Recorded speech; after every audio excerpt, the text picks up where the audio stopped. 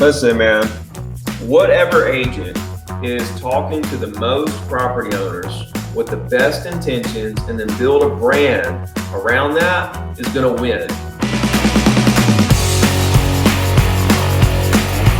Good afternoon, everybody. Welcome back to another episode of the REDX podcast. I'm here with Ricky Carruth. We've got some cool stuff that we're going to talk about today.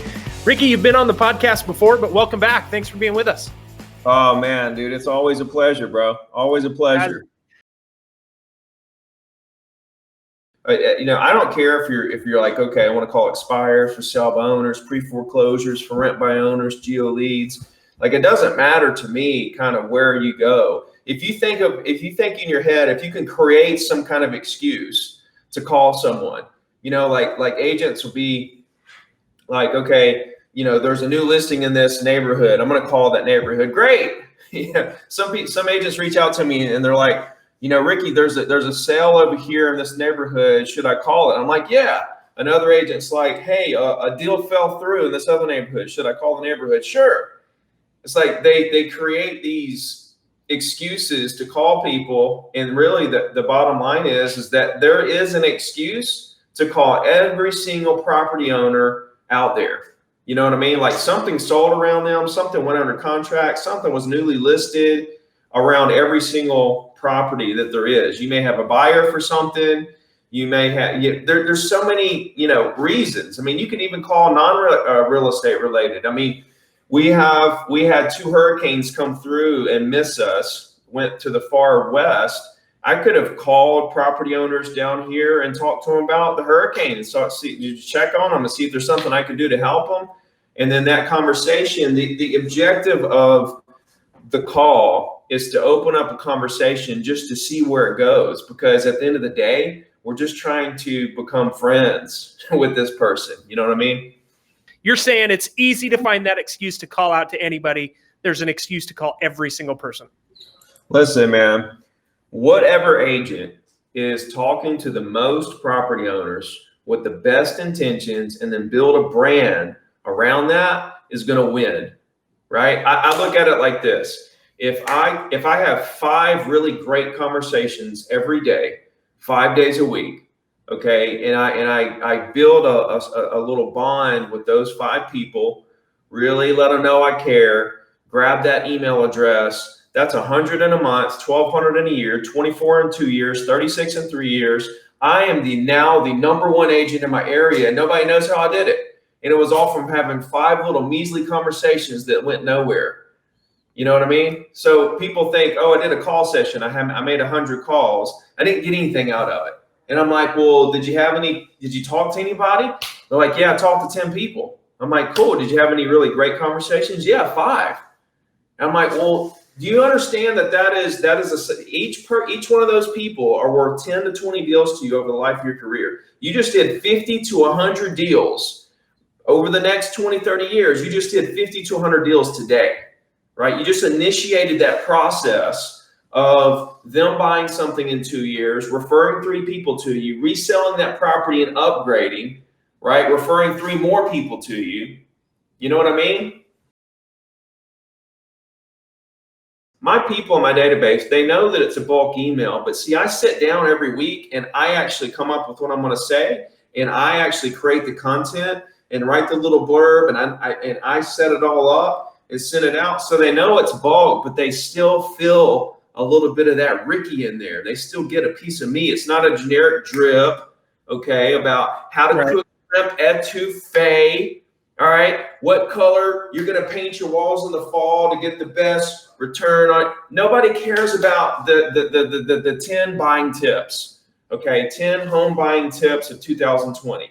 Can you tell me one person that would possibly even think about opening an email like that or reading that blurb? No, it's not going to happen. They want real information. They want to know what you think. This is how you build a brand, Tyler.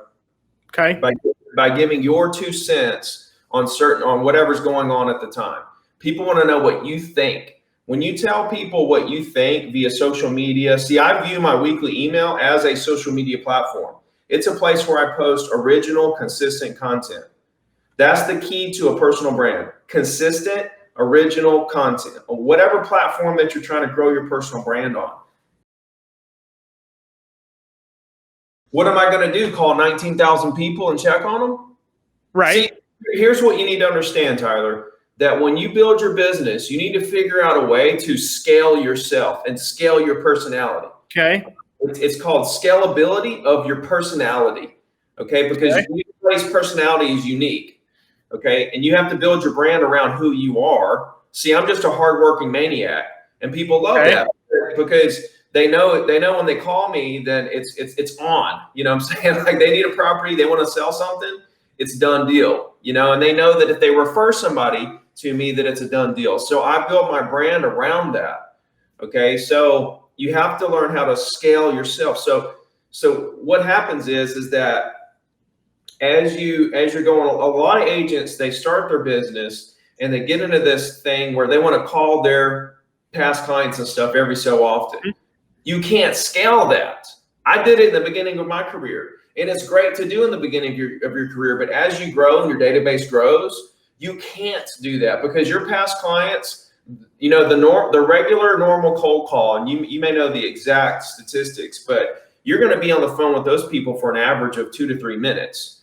Versus a past client that did a deal with you or you've become friends with is going to want to talk to you for 20, 30, 40 minutes, catching up, seeing how it's going.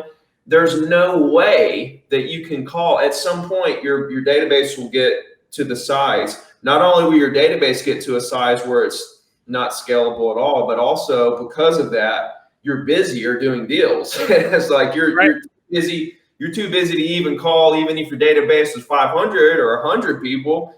So you have to put systems in place, whereas you can scale yourself. Is there any activity more efficient, more productive, okay, than calling the exact property owners that you want to represent for 2 cents a piece to create lifelong relationships and friendships with them forever, followed up by a weekly email, right? Because here's what I see. Here's what I see. All the different ways that you can create business and generate leads. Okay, so let's say Zillow, Realtor.com, open houses, direct mail, networking events, postcards, social media, all the different things except for cold calling, right? Everything but cold calling property owners. Okay, I look at all those activities and I think to myself, okay, what is the objective? What are these agents trying to accomplish when they're doing all these activities, right? And the answer is they're trying to initiate a conversation with the property owner. And so it comes right back to they're spending all that time and money and energy and effort just to come right back to what? Talking to a property owner on the phone. I mean, here, everything works, everything. That's the thing. Everything, when you can build your business. I've seen agents build their business on open houses. I've seen agents, I'm not a big for sale by owner fan, right? To be honest with you.